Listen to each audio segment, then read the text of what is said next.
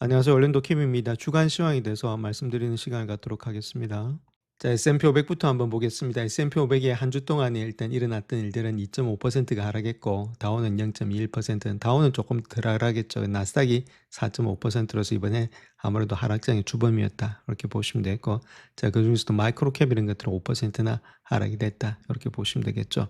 자, 그럼에도 불구하고 YTD 기준으로서는 아직까지는 14.77%로서 상당히 많이 왔습니다. 오랫동안에 올라왔던 폭이 14.77이죠.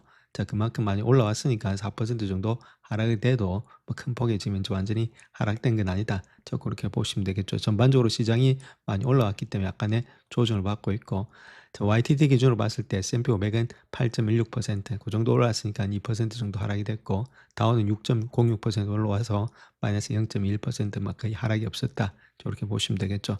예, 전반적으로 나스닥이 많이 하락했던 이유는 아무래도 YTD 기준으로서 많이 올라왔기 때문이다. 자, 그렇게 우리가 보시면 되겠습니다.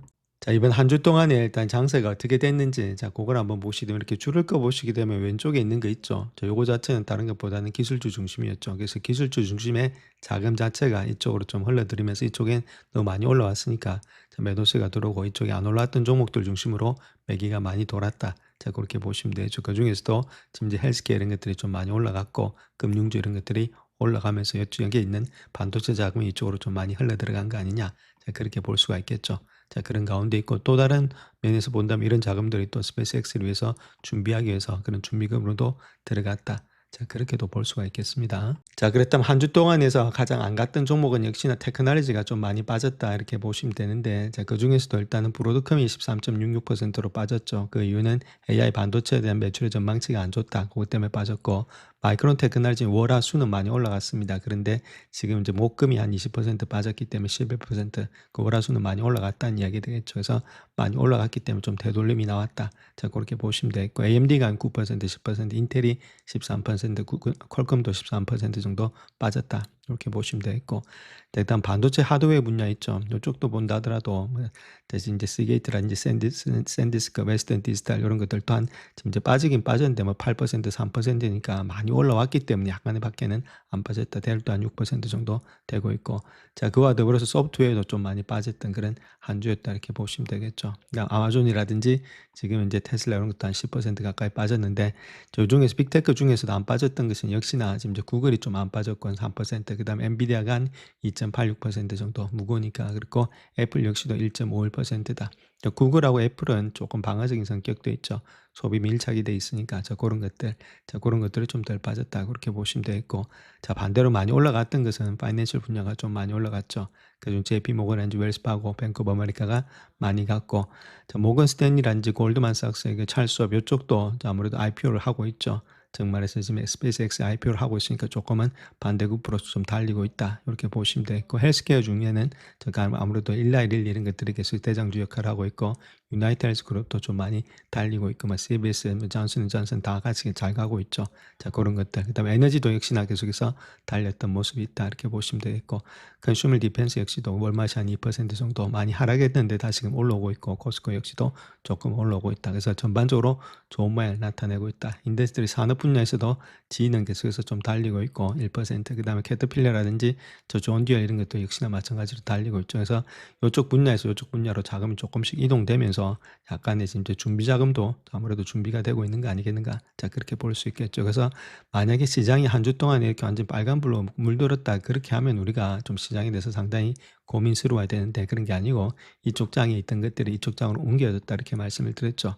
자, 그런 가운데 있기 때문에 충분히 아직까지는 선순환이 시장에서 돈이 돌고 있는 거지, 돈이 완전히 시장을 빠져나갔다 이렇게 보기는 힘들다 이렇게 말씀드립니다. 자, 중소형주인 넷셀도 한번 보겠습니다. 한 주 동안 많이 올랐던 것은 역시나 파이낸셜이 많이 올랐다 이렇게 보시면 되고, 같이 많이 오릅니다. 그래서 여기도 마찬가지로 이쪽 있죠. 정말 테크놀로지, 세마이컨덕터리라든지 아무래도 소프트웨어 이쪽 있죠. 이쪽 소프트웨어고 이쪽은 세마이컨덕터, 이쪽에서 많이 지금 이제 하락이 됐다 이렇게 보시면 됩니다. 그래도 한 12% 정도 하락이 됐고, 나비타스 같은 경우도 5% 이상이 하락이 됐다 이렇게 보면 되겠죠.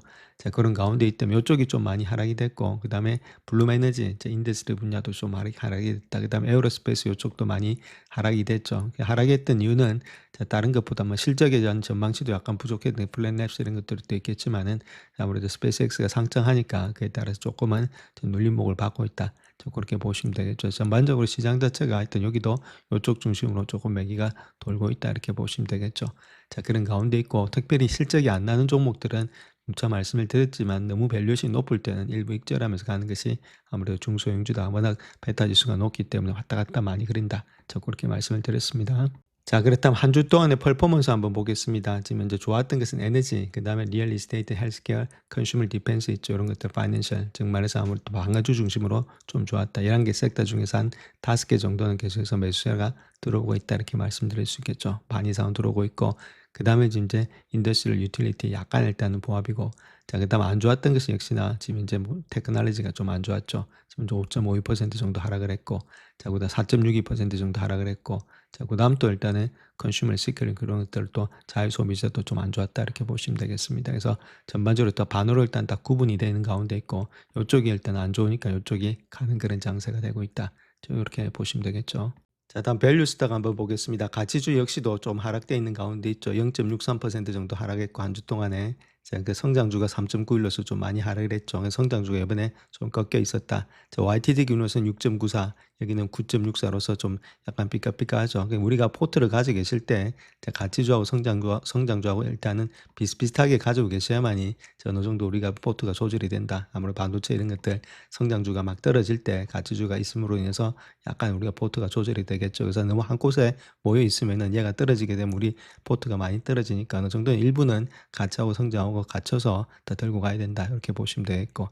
자, 그래서 지금 이제 비슷비슷한 모양이 있습니다. 이제 현재 모습 속에는 한 3% 그래도 지금 이제 성장주가 강하게 차지하고 있다. 자, 그렇게 보시면 되겠습니다. 그래서 우리가 포트는 항상 그렇게 조절해서 두 가지 섞어서 가져가자. 이렇게 보시면 되겠죠.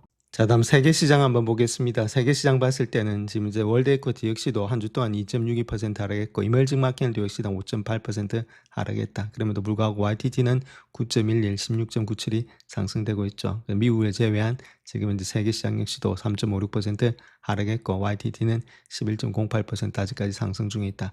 전반적으로 봐서 모든 시장이 지금 한 주 동안에 다 하락을 했다 이렇게 보시면 되겠죠. 그 정도로 일단은 어느 정도 지금 조정이 나오고 있다 이렇게 보셔야지 이거 자체가 주가가 완전히 폭락을 해서 끝난다 그런 게 아니죠. 만약에 이렇게 YTG 기준으로 안 올라왔다면은 주가가 안 올라왔다면 지금 이제 폭락장이 되고 있지만 많이 올라왔기 때문에 조금은 쉬어가고 있는 장이다. 자, 그렇게 보시면 되겠습니다. 자, 컨트리별로 한번 보겠습니다. 브라질 같은 경우에 있어서는 조금 많이 하락을 했죠. 한 주 동안 5.929% 하락했고, 그다음 프랑스가 1.33, UK가 1.17, 저머니가 3.04, US가 2.46, 그다음 재팬도 2.41, 그다음 차이나가 1.02다. 거의 다가 하락되고 있죠. 그래서 전 세계 시장 역시도 다 하락이 됐다. 이렇게 보면 되겠고, 그 중에서도 지금 이제 일본 시장 많이 상승했다가 좀 하락되고 있고, 미국도 역시 많이 상승했다가 좀 하락되고 있다. 이렇게 보시면 되겠죠. 차이나는 계속해서 좀 빠지고 있다. 이렇게 보시면 되겠고, 20년짜리 TLT 있죠. 국채도 마찬가지입니다. 국채 수익률이 그렇게 좋지 못하죠. 자, 국채도 지금 이제 5일 동안 0.82% 하락했고, 장기세는 그렇게 수익률이 좋지 못합니다. 자, YTD 기준으로서 아직까지 빠지고 있는 상태 있죠.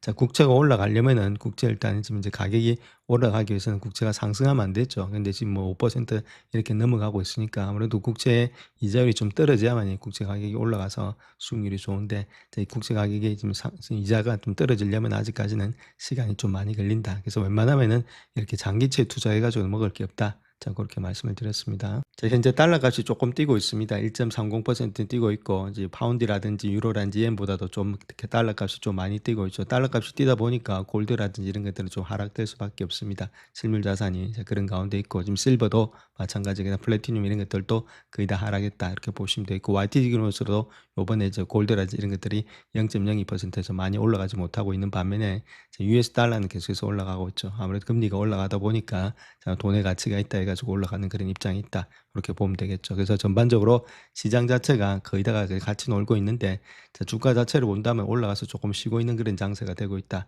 전반적으로 그렇게 볼 수 있겠습니다.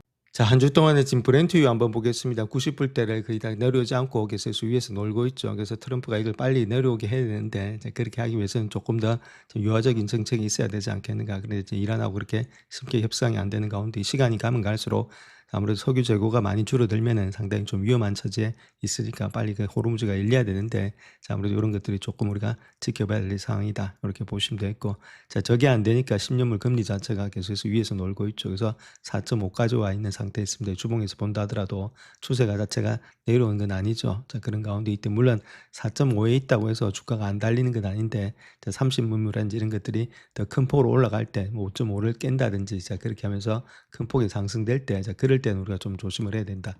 자, 그럴 때는 아무래도 다른 것보다는 조금 더 일단 크래시가 나지 않겠는가, 그렇게 볼 수가 있겠죠. 자, 다음 빅스 지수 한번 보겠습니다. 빅스 지수가 좀 올라오면서 21.50으로서 20을 넘어서고 있죠. 그러니까 상당히 좀 불안한 가운데 있다. 자, 아무래도 좀 늦게 20 밑에서 안정적으로 가다가, 자, 아무래도 이번 주에 상당히 올라와 있다. 이렇게 말씀을 드립니다. 자, 그래서 피어 앤 그리드 한번 보겠습니다. 공포와 탐욕 지수 보게 되면 벌써 일단은 공포 지수에 와 있죠. 42까지 와 있죠. 그래서 요때가 많이 있었는데, 자, 익스트림 그리드 이제 그리드 될 때 있죠. 자, 많이 탐욕이 있을 때, 요럴 때는 우리가 매도할 때고, 자, 요때는 좀 방어적이고, 자, 요때부터 시작해서는 또 우리가 매수 관점에서 적극적으로 공격할 때다. 이렇게 보시면 되겠죠. 그래서 사람들하고 우리가 거꾸로 하시면 된다. 저렇게 보시면 됩니다. 그래서 상당히 일단 두려움으로 지금 와 있는 상태에 있는 것이 우리의 심리들이다. 이렇게 보시면 되겠죠. 자, 그래서 S&P 500의 주봉 차트 한번 보시게 되면 제가 이번에 한 번씩 살려가면서 말씀드렸죠. 봉이 하나, 둘, 셋, 넷, 다섯, 여섯, 일곱, 여덟, 9개가 있다고 9주 연속 상승했고, 자, 그다음 당연히 일단 10주째 한번 꺾여주는 것도 나쁘진 않다. 이렇게 보면 되겠죠. 이게 만약에 올라가도 이 정도 더 꺾이게 돼 있습니다. 많이 올라갔기 때문에. 자, 그 정도 되고 있고, 지금 이제 지지받는 라인은 10주선 7,350대에서 지지받아주고 있다. 자, 그 다음에 일단 많이 내려온 다음 또 20주선까지 봐야 되겠죠. 7,100까지 봐야 되는데, 자, 그 정도까지 내려올지 그거는 한번 체킹해 봐야 되겠고, 아직까지는 그까지는 내려오진 않을 것으로 보여지고 있습니다. 그래서 내려오는 폭을 갖다가 뭐 피보나치로 한번 생각해 볼 것 같으면 고점 대비해서 내려갔던 폭이 있죠. 자, 그거 자체가 여기니까 적어도 7,300대는 지지가 되지 않겠는가. 자, 그렇게 보여지고 있고, 그 다음에 2차적이 보는 것이 7,100이다. 이렇게 보면 되겠죠. 그래서 제가 보는 관점은 이제 1차적인 지지 라인 때는 일단 7,326, 요거 자체가 1차적인 지지 라인 때, 그러면 11선하고 비슷하겠다. 이렇게 보면 되겠고, 2차적인 지지 라인 때는 21선이 되겠죠. 그러니까 7,100 정도를 보지 않겠는가. 그렇게 보여지고 있죠. 자, 그 정도 되면, 7,100 정도 되면 우리가 또 매수관, 적극적인 매수 관점이 좀 돼야 되지 않나. 자, 그렇게 보여집니다. 자, 그렇다면 우리가 한번 체킹해 봐야 될 것이 주가가 이렇게 하락이 됐었죠. 이렇게 하락이 됐을 때 계속해서 일단 매수세가 들어왔다는 겁니다. 자, 요때는 우리가 언제였냐? 정말 테리프 관세 때문이었다. 이렇게 보시면 되겠고, 자, 요때도 마찬가지로 전쟁 때문이었죠. 자, 근데 요번에 내려왔던 이유는 뭐 다른 건 특별하게 없었습니다. 많이 올라갔기 때문에. 그런데 자, 브로더컴 같은 경우는 뭐 실적이 안 좋아서 그런 게 아니라 예상의 전망치가 우리가 생각했던 것보다 기대치보다 낮았다는 거지, 실적이 안 좋아서 그런 게 아니다. 그러니까 특별한 외부 변수도 없다는 거겠죠. 너무 많이 올랐다는 것밖에는 현재 모습 속에서는 없다. 이렇게 보시면 되겠고, 그 다음에 또 순환매가 또 자금들이 지금 이제 스페이스X라든지 이쪽으로 지금 공모 쪽으로 가고 있다. 뭐그 정도밖에 없기 때문에 여기서 뭐 하락을 한다 하더라도 이렇게 큰 폭의 폭락이 있다. 자, 그렇게 보진 않죠. 뭐 약간의 더 하락은 있을 수 있겠지만은, 자, 그런 가운데 있다면 이때는 또 매도된다면, 조금 하락이 된다면 매수 관점으로 접근해야지, 이거 자체가 여기서부터 폭락이다, 거품이 흩어졌다, 자, 그렇게 보기는 힘들다는 겁니다. 그래서 조금은 우리가 기다리시면서 좀 내려간다는 매수 관점 있는 분들은 뭐 들고 가셔도 되지 않나, 그렇게 생각을 합니다. 자, 그래서 나스닥 같은 경우도 많이 올라왔죠. 저점 대비해서 올라왔던 폭을 본다면 이렇게 한 30% 올라오고 30% 올라왔던 데 따른 조정이다. 좀 그렇게 보시면 되겠죠. 내려가는 폭이 지금 이제 한 5% 받았으니까. 그래서 저점 대비해서 올라갔던 폭이 30%니까 약간의 5% 정도 꺾이든지 뭐 10% 꺾인다 하더라도 3분의 1 정도 꺾이는 거니까 크게 꺾이는 건 아니다. 이렇게 보시면 되겠고, 그래서 너무 한꺼번에 수직으로 이렇게 올라왔다는 겁니다. 수직으로 올라왔으니까 조금씩 쉬고 가면 괜찮겠죠. 그래서 이럴 때 올라올 때 보게 되면은 약간씩 일단 눌림목이 있었습니다. 주마다 월봉, 이제 음봉으로서. 근데 지금 음봉이 하나도 없이 그냥 계속해서 지금 올라오는 그런 상태에 있었죠. 너무 지금 가파르게 2달 동안 가파르게 올라왔다는 겁니다. 그러니까 속도 있게 올라왔으니까 너무 V자 반동으로 너무 빨리 올라왔으니까 좀 쉬어가는 그런 장세도 있다, 이렇게 보면 되겠고, 너무 또 고점인데다가 약간의 밸류에이션의 고점 이런 것들이 맞물리면서 주가에 약간 던져버리는 그런 입장이 있었다. 그래서 좀 약간 언더슈팅이 나왔지만은, 그렇다 하더라도 주가 자체가 여기서부터 완전히 곤두발치 쳐서 끝난다, V자로 이렇게 역V자로 끝난다, 자, 그렇게 보기는 좀 힘들지 않나, 그렇게 생각을 하고 있습니다. 그래서 우리도 지금 좀 가지고 계신 분들이 약간의 좀 이제 어려움이 있겠지만은, 그래도 길게 보시면서 매출과 이익이 안 꺾인 종목들은 다시금 일단은 EPS 함수로서 가고 있으니까 우리가 계속해서 들고 가는 방향이 맞지 않나, 그렇게 생각을 합니다. 자, 이번에 상승의 대장주는 역시나 반도체인데 반도체가 올라갔던 폭이 거의 일직선으로 갔죠. 뭐 45도도 아니고 그냥 바로 튀어오르면서 올라갔다는 겁니다. 한꺼번에 너무 많이 올라갔다. 자, 그래서 어느 정도 눌림목이 생기고 있다 이렇게 보면 되겠고, 자, 그렇기 때문에 이런 것들이 좀 내려간다면은 다시금 주가는 반등하지 않겠는 게, 그래서 50 미만으로 갔을 때는 조금씩 담아가야 되지 않겠는가. 많이 왔기 때문에 약간 더 눌릴 수가 있겠지만은, 그렇다 하더라도 이거 자체가 여기서부터 꺾이는 건 아니고 눌렸다가 다시금 가니까 자, 크게 문제없이 눌릴 땐 또 담아가시고, 없는 분들은, 돈이 없는 분들은 들고 가시고, 있는 분들 한해서는 눌릴 때마다 조금씩 또 분할 매수 관점에서 들어가는 것도 나쁘지가 않다 이렇게 말씀드립니다. 자, 그래서 다음 요 표를 하나 보시게 되면 요건 PEG 레이쇼다 이렇게 보시면 되는데, 세마이컨덕터 있죠. 저 P를 갖다 G로 나눈 거다 이렇게 보면 되는데, 5년 동안 이익 성장률 말하고 있죠. 그래서 성장이 높으면 높을수록 좋겠죠. 회사가 성장이 좋은 게, PEG 레이쇼는 1보다 적은 게 좋다 저렇게 보시면 되는데, 자, 여기서 우리가 봐야 될 것이 마이크론이 0.4, 샌디스크가 0.4입니다. 자, 그럼에도 불구하고 얘들이 주가가 배수가 상당히 낮죠. 0.8만 8배수 정도 되고 있으니까. 자, 그러니까 주가가 많이 올라갔다는 겁니다. 근데 좀 떨어지고 있죠. 성장이 좋다는 말은 매출과 이익이 계속해서 늘어나고 있다 그 이야기가 되겠죠. 그러니까 이만큼의 0.3은 상당히 좋다는 이야기입니다. 그러니까 길게 보시면은 충분히 갈 수 있는데 지금 좀 많이 올라와서 좀 조정 기간이다 그렇게 보셔야 되겠죠. 이런 것들 보면. 자, 그다음 브로드컴은 이제 온셈이라든지 마벨 테크놀로지, AOI, 자, 그다음에 AMD라든지 엔비디아, 그리도, 그다음에 코이런트. 자, 요까지만 본다 하더라도 1보다 더 적은 숫자들이 많이 있습니다. 자, 그런 가운데 있고, 엔비디아 뭐 지금 205불까지 왔으니까 상당히 많이 저평가돼 있다. 자, 그렇게 보면 되겠죠. 자, 그런 것들. 자, 마벨도 많이 올라갔다가 내려가고는 있지만은 저 배수가 많이 주고 있고, 그런 것들은 결론은 일단은 성장이 좋기 때문에 성장에 따라서 배수를 많이 주고 있죠. 근데 마이크론하고 샌디스크는 성장이 좋음에도 불구하고 배수를 이때까지 못 받아 놓으니까 조금 일단 배수의 조정이 PBR에서 뭐 PER로 갔다든지 그런 것들이 있어서 주가가 더 많이 뛰었다 그렇게 보시면 되겠고, 자, 그다음 보시는 루멘텀, TSMC 뭐 이런 것들 있죠. ASML이라든지 어프라임 머티리얼스, KLAC, 자, 요렇게 반도체 장비 줬대도 크게 일단 뭐 2배수가 안 넘어가고 있다 이렇게 보면 되겠죠. 그래서 요런 반도체 장비보다도 더 일단 배수가 낮게 주고 있는 것들이 많이 있었습니다. 자, 그러니까 그런 것들이 많이 올라와서 조금은 조정받고 있다 이렇게 보시면 되겠고, 뭐 암이라든지 인텔은 원래 일단은 아무래도 좀 많이 고평가되어 있는 주식이었죠. 이런 것들은. 자, 암은 아무래도 지금 이제 모든 지금 반도체 설계 아버지니까 이런 것들 오직 이제 다른 것보다는 설계로서 받았으니까. 근데 인텔은 간다는 그런 트럼프의 여러 가지 조건 하에서 여러 가지 것들을 받아 놓으니까 배수를 많이 받았다. 자, 그렇게 보면 되겠죠. 성장에 비해서 배수를 좀 많이 받고 있는 좀 이런 두 종목이 되고, 나머지는 거의 다가 성장이 계속해서 늘어났던 종목이 반도체 종목입니다. 그러니까 지금은 이제 올라가서 좀 쉬고 있는 거지, 이걸 계속 폭락으로 좀 아무래도 월요일장도 좀 많이 꺾일 것으로 보여지고 있는데, 자, 그럼에도 불구하고 그렇게 되면은 좀 우리가 저가 매수해서 나서야 될지, 이걸 갖다가 털고 나갈 때는 아니다 그렇게 보시면 되겠죠. 자, 그렇다면 P라든지 그런 것들을 한번 보겠습니다. 크리도 같은 건 34배수고 지금 현재 EPS가 4.01, 7.05, 7.74까지 이렇게 늘어나고 있죠. 계속해서 늘어난다. 그 다음 PEG 레이쇼는 0.9다. 이런 것들 충분히 갈 수 있다는 거 보면 되겠죠. 2010년도, 2017년도니까 아무래도 지금 이제 2배 가까이 한 80%, 85% 늘어나니까 들고 갈 볼만하다 이렇게 보면 되겠죠. 그 다음에 엔비디아도 마찬가지입니다. 9달러에서 12달러, 15달러 늘어나고 있고, 코이런트 4달러에서 7달러, 그 다음 10달러에서 18달러가 되는 것이 브로드컴이다. 여기도 0.6이죠. 자, 물론 눌릴 수는 있겠지만은 우리가 길게 보면은 충분히 지금 이제 조정 기간인 것을 알 수가 있다는 겁니다. AMD 마찬가지죠. 자, EPS가 2배로 뛴다는 겁니다. 거기다가 지금 이제 패그 배수는 0.7이고, 샌디스크 마찬가지죠. 144달러에서 202달러, 0.4가 되고 있고, 마벨 테크놀로지 1.85에서 지금 이제 3.98, 여기도 뭐 2배 가까이 0.67 정도 되고 있고, 그다음에 온세미 이런 것들도 마찬가지죠. 전력도 반도체, 전력 반도체도 2.2에서 4, 그다음 0.6, 그다음 마이크론 테크놀로지 많이 들고 있는 거 79에서 104까지 가고 있고 0.4. 그러니까 이런 것들을 우리가 장기적으로 봤을 때는 크게 일단 문제가 없다는 겁니다. 이런 것들이 EPS가 꺾인다든지 아무래도 패그 배수가 약간 꺾인다든지 그렇게 했을 때 문제가 되고 있는 거지. 지금 많이 올라와서 조금씩 꺾이고 있는 가운데 있기 때문에 그걸 조정으로 보시면서 우리가 적극적으로 한번 생각해 봐야 될 듯이, 패닉에 빠져가지고 물건을 던지다든지 그렇게 해서는 안 되겠다.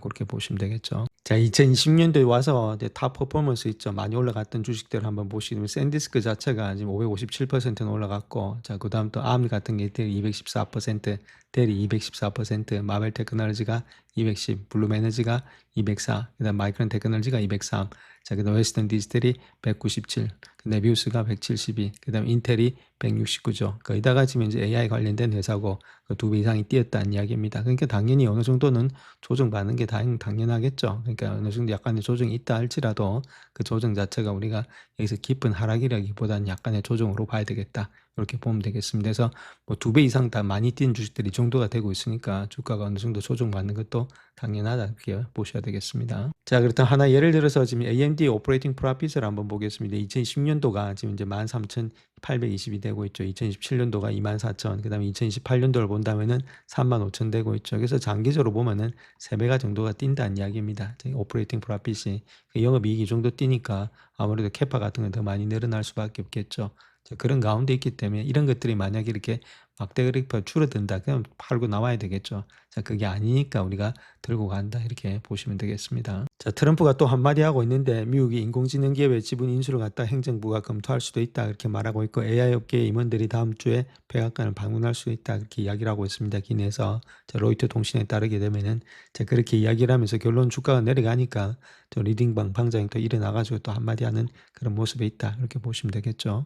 자, 현재 시장이 변동성이 상당히 커졌죠. 그럼에도 불구하고 투자를 유지해야 되는데, 자, 그 이유에 대해서 한번 살펴보겠습니다. 자, 이번 주에 하락세에도 불구하고 시장이 대규모 매도세라기보단 이를 단기적으로 보는 가능성이 더 높다. 그 이유는 개별 종목의 급격한 변동이 투자자들이 모든 것을 매도하는 게 아니라 더 나은 투자기를 찾아서 이동하고 있음을 시사하기 때문이다. 자, 그 이야기를 하고 있죠. 그래서 트루이스트 같은 경우에 있어서는 자금이 시장에서 빠져나가는 게 아니고 다른 곳으로 이동하는 것은 긍정적인 신호다. 이렇게 말씀드릴 수 있겠고, 아까도 말씀을 드렸지만은 자, 이렇게 핀비즈 박스 안에서 왼쪽에 있는 게 기술주죠. 기술주는 다 빨간선인데 이쪽으로 자금이 이동하고 있다는 겁니다. 그래서 그런 것들이 긍정적인 신호기 때문에 조정으로 봐야 된다. 자, 그 이야기를 하고 있는 거고, 여준이 변수는 연준이다. 그 이야기를 하고 있죠. 케빈 호시가 6월 17일에 중앙은행 회의 말미에 연준의 전반적인 정책 방향, 금리 계획을 발표할 예정에 있는데, 자, 분명히 어려운 입장이 있는 것은 맞다. 근데 트럼프는 금리 인하를 원하지만은 시장은 금리 인상을 다음 단계로 예상을 하고 있다. 이렇게 이야기를 하고 있죠. 물론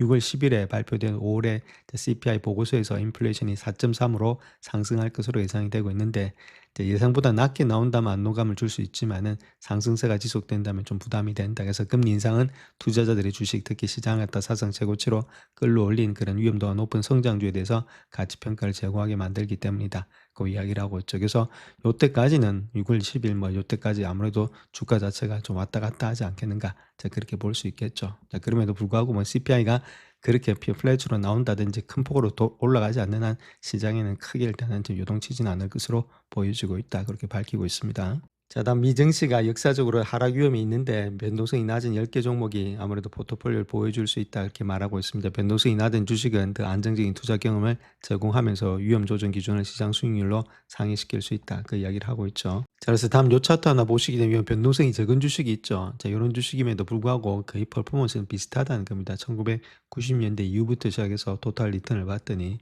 자, 그걸 보시게 되면 빨간 거 있죠. 일단 먼저 보시게 되면 파란 거 있죠. 그거 자체. 자, 그거 자체가 지금 이제 S&P 500 지수다 이렇게 보시면 되는데, 자, 그와 더불어서 지금 이제 S&P 500의 변동성이 적은 지수들, 자, 그다음 또 마찬가지로 자, 변동성이 적은 그런 미니멈 한 그런 지수들 자체가 요 밑에 있는 거죠. 그래서 별 차이가 없다는 겁니다. 수익률 자체가. 자, 그런 가운데 있기 때문에 어느 정도 변동성이 없는 주식도 일부를 일단 포트를 갖고 가야 되겠다. 그 이야기를 하고 있는 거죠. 자, 그래서 두 변동성 지수 자체가 위험 조정 기준으로 해서 전체 시장을 지속적으로 능가해 왔다 그렇게 말하고 있고 1990년도 11월 30일부터 시작해서 2020년도 5월 말까지 봤을 때는 10.3%의 총 수익률을 기록했고 자, 변동성 지수의 연평균 성장 수익률은 10.4% 정도 되었다. 그다음에 S&P 500의 같은 기간의 연평균 총 수익률은 11.5%니까 크게 뭐 달라진 건 없었다. 그 이야기를 하고 있죠. 더욱이 두 저변동성 지수는 S&P 500보다 변동성이 21%나 낮았다는 겁니다. 그래서 S&P 500의 수익률의 약 10분의 1 수준만 포기하면서 위험을 20%까지 줄일 수 있다는 점에서 매우 성공적인 조합이다.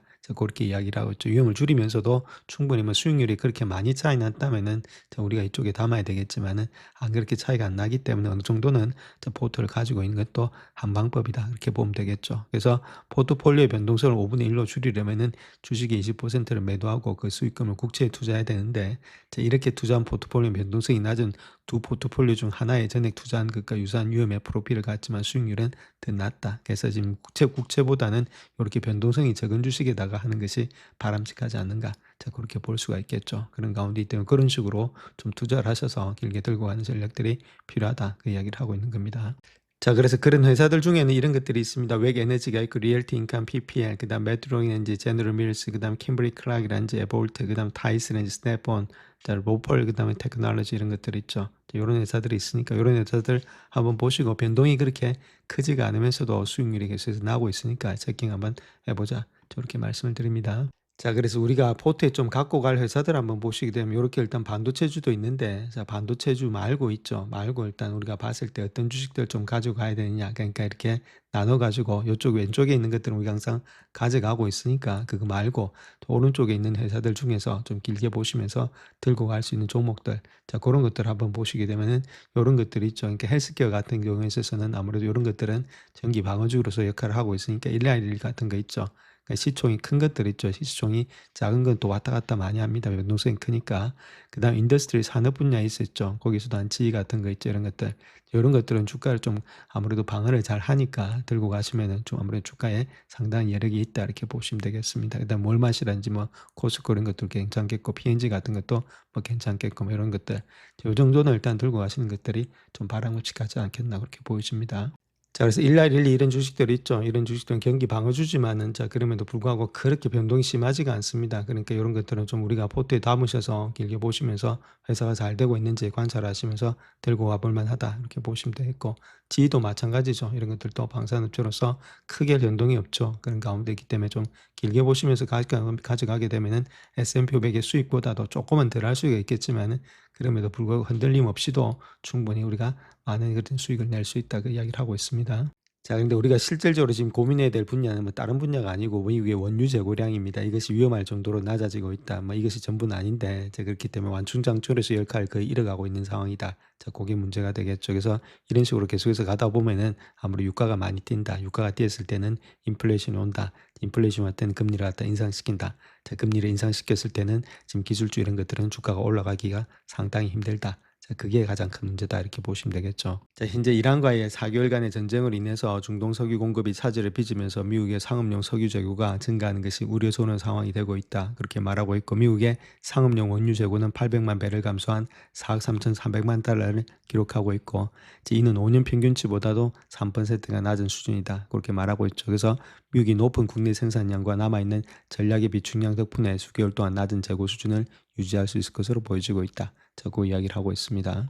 이란과의 전쟁이 뚜렷한 해결책 없이 4개월째 접어들면서 사업용 석유 재고량이 지나치게 낮은 수준에 이르렀다. 이렇게 크게 일단 문제가 되고 있는데, 얼마나 지금 이제 장기화되느냐, 거기에 따라서 좌우가 된다는 거겠죠. 재고는 에너지 세계의 중격의 흡수 장치가 되고 있었는데 공급의 변동, 수요의 꾸준한 흐름 사이에서 균형을 유지해주고 있는데, 그럼에도 불구하고 국가와 기업에게 효과적인 완충 장치의 역할을 하려면은 재고량이 너무 많지도 적지도 않는 것이 골디락스 수준이 돼야 된다. 그런데 분쟁을 종식시키거나 일시 중단하기 위한 협상이 끊임없이 이어지면서 이러한 계산이 완전히 뒤집히고 있다는 거겠죠. 불확실성 때문에 이상적인 재고량을 결정하기가 어려워지게 되고 있고 미묘한 차이가 발생되고 있다. 그래서 미국의 상업용 재고량은 충분할지 모르겠지만은 중동의 석유 공급의 대부분이 장기간에 전 세계적으로 공급되지 않는다면은 재고량이 상당히 부족해진다. 그게 문제가 되고 있다. 그 이야기를 하고 있죠. 그래서 현재 상황 자체가 당장 우려할 만한 그런 상황은 아니다. 그럼에도 불구하고 진정한 우려는 이 전쟁이 언제 어떻게 끝날 것인가 하는 점이다. 그렇게 말하고 있죠. 누구도 명확한 답을 가지고 있지 않다. 그 이야기를 하고 있고, 현재로서 완충지대가 더 이상 완충지대의 역할을 하지 못하는 그런 시점에 가까워지고 있다. 그렇게 이야기를 하고 있는데, 원유 재고는 크게 두 가지로 나눈다는 거죠. 첫째는 의회와 트럼프 대통령이 관리하는 전략 비축류, 지속적인 감축을 인해서 미국의 전략 석유 비축량은 수십 년 만에 최저 수준에 근접했다. 이러한 감축이 원유 상승의 억제를 위해서 국제적인 합의의 일환으로서 멈추지 않을 것이다. 계속해서 방출하겠죠. 그다음 두 번째는 상업용 재고가 있는데 에너지 공급망 전반에 걸쳐서 기업들이라든지 생산자, 물류 및 전자업체 그리고 정유업체 등의 비축량을 보호하고 있기 때문에 매주 미국 정부의 재고량을 보호한다. 자, 그렇게 말하고 있는데 데이터에 따르면은 상업용 원유 재고는 약 한 800만 배럴 정도 감소한 4억 3,400만의 배럴을 기록하고 있는데 자, 이는 5년 평균치보다도 한 3%가 낮은 수치다. 그렇게 말하고 있고 자, 이번 감소폭은 애널리스트 예상보다도 컸는데 월시저널의 설문조사에 따르면 주간 감소폭을 330만 배럴로 예상했다. 상당히 좀 많이 낮아졌다는 거겠죠. 그래서 미국의 전략 비축량, 그다음 일반 비축량 합친 수치가 20년 만에 최저 수준이다. 그래서 비축량 감소는 심추째 이어지고 있다. 자, 그렇게 되고 있죠. 이런 것들이 오랫동안 지속되면 이제 크게 문제가 된다. 그래서 지금 이제 어느 정도 빨리 전쟁이 끝나야 되는데, 자, 그것이 가장 문제가 되고 있다. 그 이야기를 하고 있는 겁니다. 자, 그럼에도 지금 현재 모습 속에서는 낮은 재고량, 그다음 미국 석유의 생산국과 소비국의 문제를 일으키고 있지는 않다. 그렇게 말을 하고 있고, 그들은 분쟁이 가을 이후까지 장기화된다 했을 때는 재고량 감소가 문제가 된다. 특히 해외 석유에 의존하는 국가들, 뭐 우리나라 같은 경우에 되겠죠. 더욱더 큰 어려움이 되고 있다는 점을 인정하지만은 미국이 원유 부족에 시달리고 있는 것은 아니다. 그렇게 말을 하고 있습니다. 그래서 소유주가 원하는 대로 유통 판매할 수 있는 미국의 상업용 재고는 작년 말과 올해 초에 약 4억 2천만 배럴까지 감소했지만 아무도 이상하게 생각하지 않고 있고 제2월에 이란과의 갈등이 시작될 때까지 석유 시장은 공급 과잉 상태였기 때문에 미국이 원유를 너무 많이 비축한 것은 의미가 없었다. 그 이야기를 하고 있죠. 그래서 위기 동안 에너지 시장은 미국과 세계가 중동의 원유 공급 사태를 어떻게 헤쳐나갈지 복합한 임시방편을 만들어서 사용해 왔다고 이야기를 하고 있는데 아무래도 재고는 그러한 임시방편의 일부가 되고 있다. 그렇게 이야기를 하고 있죠. 아직까지는 크게 문제가 없는데 이것이 계속해서 오래되다 보면은 상당한 일단 타격으로 돌아온다. 그 이야기를 하고 있습니다. 영상을 끝까지 시청해 주셔서 감사합니다. 영상이 도움이 되셨다면 구독과 좋아요 부탁드립니다. 감사합니다.